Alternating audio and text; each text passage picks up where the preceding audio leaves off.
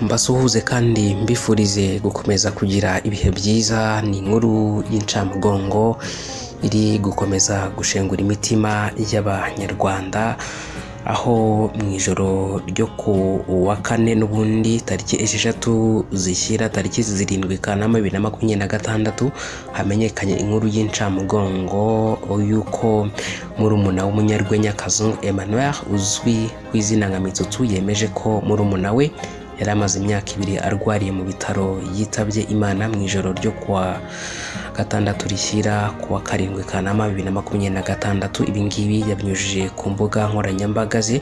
Mitsutsu yasangije abamukurikira ubutumwa bubabaje agaragaza ko umuvandimwe we Desire yitabye Imana nyuma y'igihe kinini yari amaze arwariye mu bitaro i Kanombe. Yagize ati, iruhukire mu mahoro papa, ndagukunda kandi nzahora ngukunda, uri intwari y'umuryango. Ndashimira mwese twabanye muri uru rugendo rutari rworoshye. Imana ibahe umugisha. Mbibutsa ko uyu Mitsutsu hari hashize n'ubundi n'igihe afashe umwanzuro wo kugurisha imwe mu mitungo ye, harimo YouTube channel, harimo ndetse na moto, kugira ngo n'ubundi abone amafaranga cyangwa se ubushobozi bwo kwita kuri murumuna we kugira ngo abe yakira akagaruka ibuntu.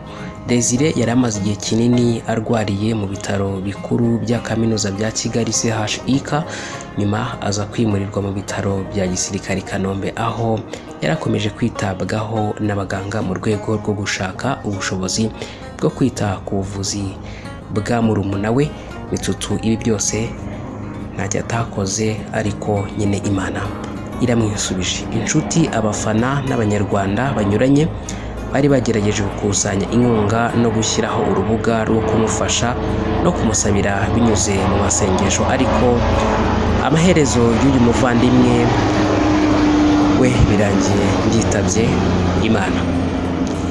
Ibyamamare bigiye bitandukanye byagerageje gusura Mitsutsu, ndetse no muri Jeans naho yagiyeyo bakontibyuwa nyine ubushobozi bwo kugira ngo n'ubundi akomeze kuba Mitsutsu yakita kuri murumuna we, ariko nyine yamubahaye iranamwisubije. Byose yemera ko bitugeraho, ariko kandi ntago ariko bitugirira umumaro. Rero by'umwihariko nk'abanyarwanda abakunzi b'imyidagaduro, ubwo dukomeze kwihanganisha uyu muvandimwe, abamuri hafi mufate mu mugongo.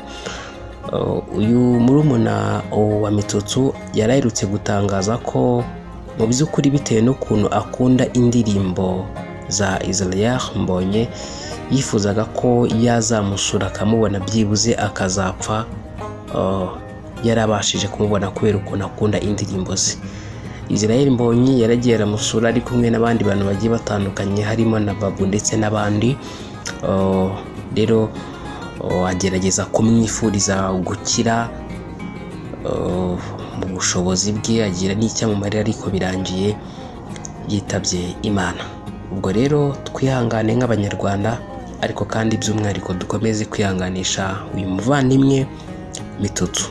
Komera, buriya nyine byose ijya yemera ko bitugeraho.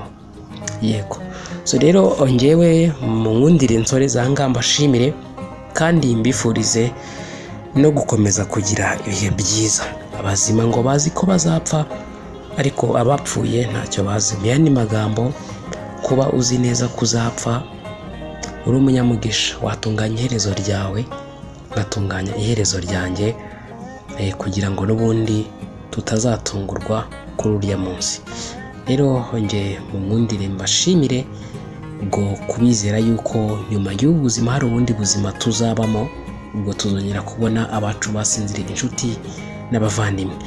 Ariko kandi Imana bizahanagura amarira ku maso yabo, kandi urupfu cyangwa gutaka cyangwa kuribwa cyangwa umurogo ngo ntibizongera kubaho ukundi, kubera ko ibya mbere bishize.